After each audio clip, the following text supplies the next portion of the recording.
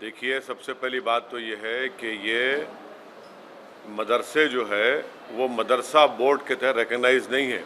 ये प्राइवेट मदरसे हैं जिनको स्टेट गवर्नमेंट या सरकार कुछ एड नहीं देती है, ना उनकी सर्टिफिकेट रिकग्नाइज करती है।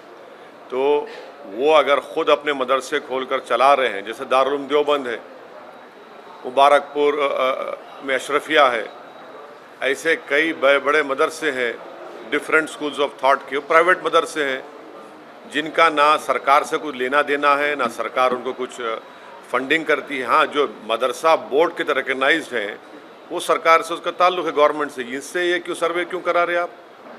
मैं अगर मदरसा खोलता हूँ तो अपने इस्लामिक तौर तरीक़े उनको सिखाने के लिए, इस्लामिक फ़िक़्ह सिखाने के लिए, उनको मौलाना बनाने के लिए, मुफ्ती बनाने के लिए, और स्टेट गवर्नमेंट से ताल्लुक़ ही नहीं है। और संविधान के आर्टिकल 30 के तहत मुझे एक फंडामेंटल राइट हासिल है कि मैं अपने मदरसे खोलूँ, अपने पसंद के एजुकेशन इंस्टीट्यूट्स खोलूँ। इसमें सरकार क्यों मुदाखलत करेगी? आप सर्वे क्यों करना चाह रहे हैं? आपको इससे लेना देना क्या है? क्या आप उनकी तनख्वाह दे रहे हैं? जो मदरसा बोर्ड के तहत मदरसे हैं उनकी तनख्वाह तो आप दे नहीं रहे हैं पिछले 4 साल से। ये मदरसे प्राइवेट मदरसे हैं, अनएडेड मदरसे हैं, और आर्टिकल 30 के तहत इसको कायम किया गया है। तो स्टेट गवर्नमेंट क्यों सर्वे करा रही है? आपको लेना देना क्या है?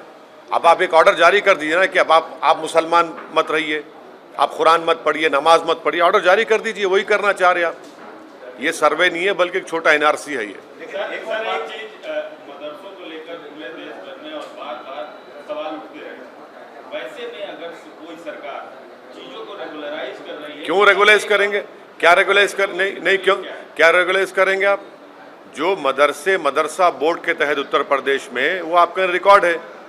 ये मदरसे से, ये जो प्राइवेट मदरसे हैं जो मदरसा बोर्ड से रिकग्नाइज नहीं है, जो आर्टिकल 30 के तहत उनको राइट है, आप क्यों करेंगे सर्वे उनका? आपको क्या राइट है करने का? क्यों करेंगे आप? नहीं आप क्यों जानकारी करेंगे आप? क्या आपके सामने मदरसे चल रहे हैं, आप क्यों शक करते हो मदरसों को? आपके दिमाग में बात बैठी हुई है शक करना। आपके कल एक ऑर्डर, आप सर्वे करके बोलेंगे नहीं यहाँ पर नमाज नहीं पढ़ो मदरसे में, आप कहेंगे नहीं कुरान मत पढ़ो। अरे भाई ऑर्डर जारी कर दो ना, बोल दो, तुम सब बोल दो कि हम मुसलमान नहीं है।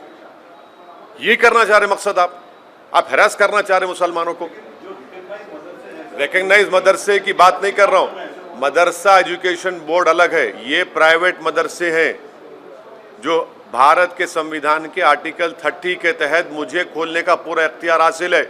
आप उसमें इंटरफेयर नहीं हो सकते। आपको कोई राइट नहीं सरकार को इंटरफेयर करने का उसमें। आप क्यों करेंगे? क्या पैसे ले रहे? क्या आपसे कुछ ले रहे कर रहे? ये हम मदरसा हमारा है। अब ये छोटा एनआरसी है, मैं तो कहूँगा ये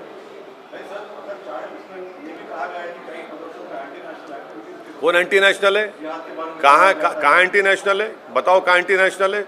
इतनी बेशर्मी से कह रहे हैं कि हम आज़ादी के 75 साल का अमृत उत्सव मना रहे हैं। जो यही मदरसों ने इस मुल्क को आज़ाद करवाया, आज आप उनको शक की निगाहों से देख रहे हैं। ये आप खराज अक़ीदत पेश कर रहे हैं, होमेज पेश कर रहे हैं उन मुजाहिदीन आज़ादी को जो इन मदरसों से निकलकर भारत को आज़ाद करवाए थे। बेशर्मी की हद हो गई है।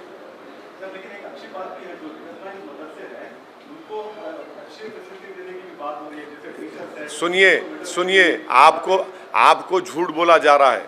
सच्चाई ये है कि जो मदरसा एजुकेशन बोर्ड के तहत मदरसे हैं जिसमें पंडित लोग वहाँ पर मैथ्स और साइंस पढ़ाते, कभी जाकर गाजियाबाद में इंटरव्यू लीजिए, 2-2 साल से तनख्वाह नहीं मिली उन लोगों को।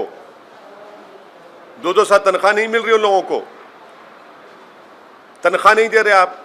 वो तनख्वाह क्यों नहीं दे रहे आप ये प्राइवेट मदरसों पे आप आ गए जो मदरसा बोर्ड से ताल्लुक़ ही नहीं है। अरे जो मदरसा बोर्ड में है उनको तनख्वाह तो दो तुम। ना सेंट्रल मोदी गवर्नमेंट दे रही है, ना योगी गवर्नमेंट तनख्वाह दे रही है उनको, वहाँ जो टीचर्स पढ़ा रहे हैं। ये प्राइवेट मदरसे हैं, आप क्यों सर्वे करेंगे? आपका मकसद एक ही है कि हरास करना, मुसलमानों को, इस्लाम को बदनाम करना, जो आप नफरत करते हैं। कल आप ऑर्डर पास कर दो ना भाई, कुरान नहीं मत पढ़ो, नमाज मत पढ़ो, यही करना चाह रहे आप। आपका मकसद यही है। सर, आपने एक ट्वीट किया है चाइना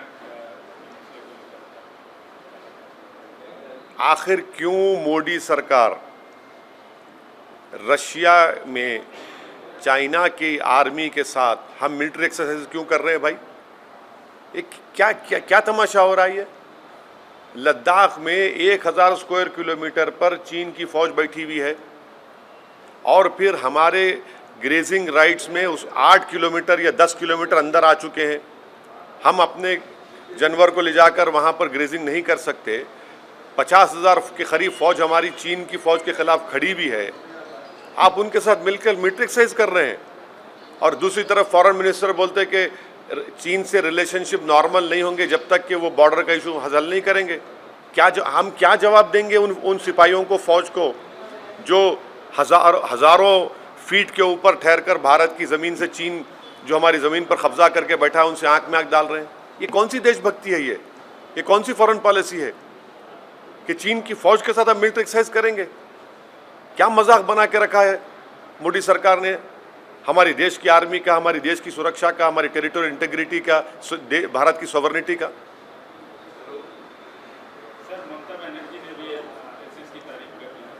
हाँ, 2003 में उन्होंने उनको पेट्रियट कहा था और आरएसएस ने उनको दुर्गा कहा था। और जब चुनाव आ गए तो फिर शुरू हो गई सेकुलरिज्म। अब कह रही हैं कि आरएसएस में अच्छे लोग हैं। हम ममता बनर्जी को बोलना चाह रहे हैं कि कब तक आप भारत के और बंगाल के मुसलमानों की आंखों में धूल झोंकेंगी आप? आरएसएस का जो मेंबर होता है, जो सुबह में ओथ लेता है, वो ममता बनर्जी पढ़ के सुनाए। हाँ, ये अलग बात है कि जनियादारू एक हो रहे हैं तो हम कुछ नहीं कर सकते, मगर ये क्या बात है? आरएसएस को आप तारीफ कर रहे हैं और फिर मुसलमानों को बोलते हैं कि भाजपा को रोकने वोट दो। कि आरएसएस भाजपा में फ़र्क है कोई? ये अब जो टीएमसी में जो मुसलमान चेहरे हैं, जो टीएमसी में जो लोग हमको उंगलियां उठाते थे, अब बोलो क्या बोलना है उस बारे में? क्या विकल्प देंगे आप मोदी के बारे में? इसके पीछे क्या मतलब है सर? क्यों आप सोचते हैं कि ममता ने ऐसा बोला होगा आरएसएस के? अब उनको पूछिए। आपने हमसे सवाल किया, उनके बयान पर हम बोल रहे हैं, वो खुद बताएंगी। पहले भी 2003 या 4 में भी उन्होंने आरएसएस को तारीफ की थी, आरएसएस की, वो भी रिकॉर्ड है। और आरएसएस ने उनको कहा था कि दुर्गा है ये। तो अचानक ये मोहब्बत पैदा हो गई। तो इसका मतलब है शुरू से मोहब्बत थी। नहीं, शुरू से मोहब्बत थी, मगर हम लोग, हमारे आंखों में पर्दा पड़ा हुआ है ना सेकुलरिज्म का। हमारे आंखों पर सेकुलरिज्म का पर्दा पड़ा हुआ है। तो अब ये पर्दे हट रहे हैं, लोग देख रहे हैं अब। सर, एक समीकरण, नया समीकरण बनता हुआ दिखा कल। हमारे मुख्यमंत्री बिहार गए थे, पटना, बिहार के मुख्यमंत्री से मिले। इस पूर्व राजनीति विज्ञान के आप भी विद्यार्थी हैं और एक सांसद भी हैं, इसको कैसे देखते? नहीं, इस बारे में तो जो दो मुख्यमंत्री बैठे थे वही बताएंगे। मैं ना मुख्यमंत्री हूँ ना संतरी हूँ। मैं एक पॉलिटिकल पार्टी का सिपाही हूँ और बैठ के सब देख रहा हूँ।